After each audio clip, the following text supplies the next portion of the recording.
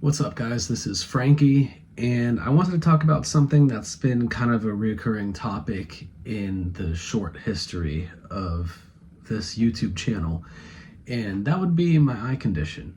This is something that I've never spoken openly about on any of my YouTube channels before, and I would like to talk about it, kind of share my experience with it and what it's like to grow up with eyes that are not ordinary. Eyes are different. Eyes that are different than other people's. Quick back history, if you don't know already, I was born with an eye condition called nystagmus.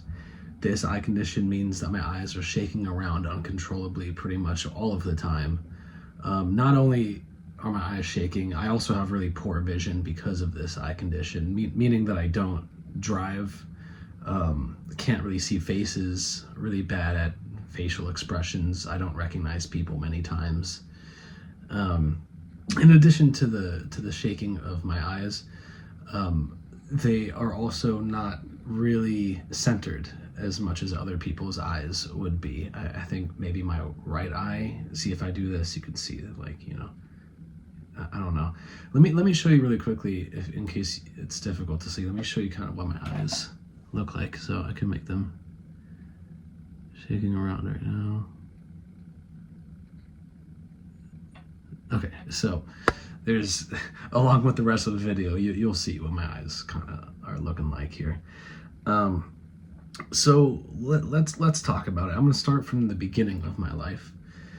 I want to say up until I was 12 years old, I knew that my eyes were different, and I knew that they were different because I would go to many eye doctor appointments. I wore glasses my entire life, and my parents made sure to tell me that they acknowledged that my eyes were a little different, but it never turned into a big deal. Like, they never really gave me anything to be concerned about. They told me that if anybody ever asked me what the deal was with my eyes, that I should just tell them I have my eye muscles are loose, or I have a loose eye muscle, something like that. Up until the age of 12, I didn't really know what my condition was called. I was pretty not, I lacked awareness really of my eye condition. It wasn't really brought up very much. When I was 13 years old, I had a procedure on my eyes. I don't remember what this procedure was called, but I flew up from Florida all the way to New York to have this procedure. Basically, the procedure was an attempt to fix this thing that is called a null point. A null point is something that somebody with nystagmus has, and that is essentially an angle that somebody with nystagmus tilts their head at to reduce the movement of their eyes, which would in turn allow us to see better. Of course, I didn't really know what a null point was. I didn't know that I had a null point unless I was looking at a picture of myself and I would see that my head is shaped or looking at a different angle. My null point, I believe it was up like that is how. So anytime I was looking at a picture or a picture was taken of me, this is kind of how I would look. The procedure was an attempt to reduce my null point, not to reduce the movements, because that was actually impossible. It's still impossible. There's no procedures that I know of that can reduce the eye movement. There's no cure to this eye condition. But regardless, I had that surgery when I was 13, and my null point is pretty much non-existent anymore. It really did do a good job of solving the null point issue. So that's nice. Moving on, I want to say, let's do middle school / early years of high school is when I really first became aware of my eye condition. And I really only became aware of my eye condition because people started to mention it to me. And you guys know middle schoolers and high schoolers, man. People can be ruthless. And in high school, it got really bad. I would associate myself with people who I considered my friends, and they would berate me and they would humiliate me. They would make fun of me. Anytime they got a chance to see me, they would make fun of my eyes. And this was, a big difference for me in terms of my perception of myself, because I was never really insecure about my eyes up until then. They didn't really play a factor in my life up until high school. And now all of a sudden I have people making fun of me. They would do this thing where I guess if I'm looking at people, I'm not, it doesn't appear as if I'm looking at them. It appears as if I'm looking past them or in a different direction. So what they would do is they would come up to me and go to like dap me up. But instead of looking at me, they would like look over here. Let's say I'm the camera. They'd be, yo, what's up, Frankie? How's it going, Frankie? And of course, the group of people who they would say that sort of thing in front of would just die of laughter. It was the funniest thing ever. And I never really understood it. I didn't understand what the joke was because of my lack of awareness of my eyes. Eye conditions are interesting because the people who have the eye condition don't see the eye condition the way that everybody else sees them. We can't perceive ourselves the way that other people perceive us. So I didn't really know how I looked from other people's perspectives. So the jokes that they would make about me didn't make any sense to me. I never understood the, what's up, Frankie? It never made any sense to me until later on. But it did really hurt. Though it didn't make sense to me, it hurt me tremendously. And my entire internal dialogue in any given situation turned into just, I hated my eyes. I hated my eyes, and I couldn't stop thinking about how much I hated my eyes. Whether I was home or at school or anywhere, in any social interaction with anybody that I would ever talk to, whether I'm meeting them for the first time, friends, family, anybody, the only thing I could think about were my eyes. To the point where I couldn't even focus on conversations with people because I just kept kept thinking about my eyes. How are they thinking? How are they viewing my eyes? How weird do I look right now? I know I look weird. How weird do I look? And that was just nonstop for me in high school. And honestly, this is something I haven't really thought about for a while. And I really do feel bad for my high school self, It wasn't cool. It really wasn't cool. Anyway, around that time in high school, I would go online and try to find videos of other people with my same eye condition who are talking about the condition because I wanted to feel not so alone. I felt incredibly lonely and I didn't know anybody else that had nystagmus. So I'd go online and there was really almost nothing on there. There was barely any videos of anybody talking about the condition. And the only videos of people that were talking about the condition were doctors talking about medical procedures that could, in a way, help the condition. It was never somebody who grew up with it, potentially got bullied with it, and overcame it. I wanted to find videos of people who got to the other side. Videos of people who were maybe once insecure and are no longer insecure. And that didn't exist. And I had the idea to potentially start a YouTube channel or some sort of thing, some sort of way that I can give to people with my eye condition what I didn't have, which was just a feeling of community.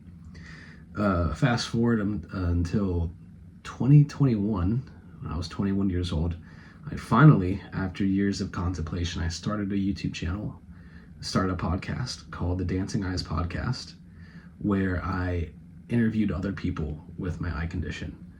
And we spoke about it, and we laughed, and we shared stories. And it made me feel...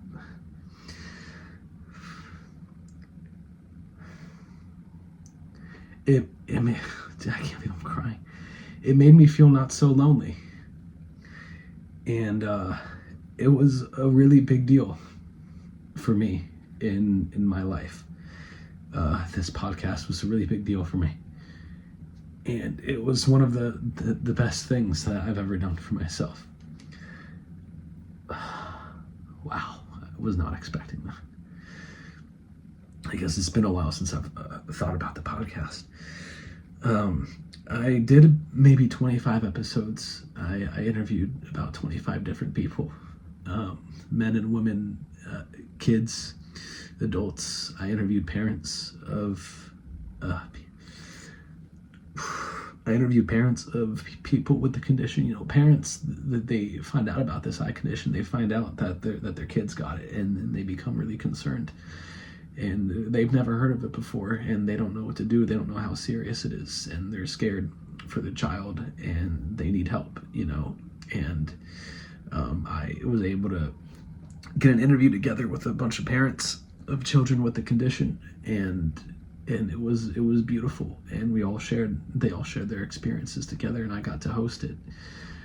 And I want to say that through this podcast is really when I started to be less insecure about my eyes and started to be more okay with what I had going on.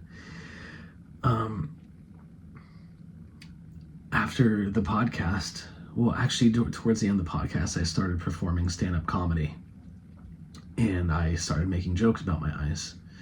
And turns out joking about things that we're insecure about make us no longer insecure about it. It's a way to help us get over something. And just simply joking about my eyes and bringing laughter through events in my life that were at one point quite painful, it was a very fulfilling and rewarding experience for me. And yeah, so through the podcast and through stand-up comedy, I was really able to start to get over my insecurities with this eye condition. Eventually, this is actually before, no, this is after, somewhere, I want to say back in 2022, I got LASIK. Maybe 2021, I got LASIK, which I thought was impossible. At one point, it sounds impossible. How could you put a laser in somebody's eyes if their eyes are shaking all of the time? How can you even do that? They ended up putting these plungers.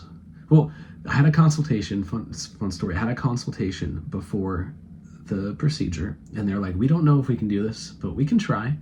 And so they brought me in the next day. They put me on a bunch of Xanax.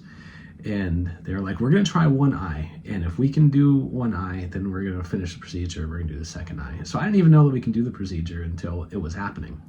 So they put these plungers on my eyes and they stick them. They push my eyes so hard so that they can potentially stabilize them. And they finish my one eye and they remove the laser. I was like, wait, so are we doing are we going to do the next eye? And they're like, yeah, we're doing it. I was like, fuck yeah, okay, bet. Let's do it. So anyway, when I was, after this procedure, I no longer had to wear glasses again, and that was really cool too. I had to wear glasses my entire life, and now I don't really have to wear them anymore. So that was cool. So here I am, about to be 25. Yeah, I have moments of insecurity. Usually I'm most insecure about my eyes when I watch videos of myself performing stand-up. And I see the way my eyes look. I'm also quite insecure when people take pictures of me and I'm looking at the camera. I don't like looking at those because I feel like I still look at them and I don't like the way that my eyes look. And I do have moments of insecurity. But overall, I've lost most of that insecurity over my eyes. And I'm pretty comfortable with my situation. And I'm happy with what I've got going on. And I'm grateful for the podcast. And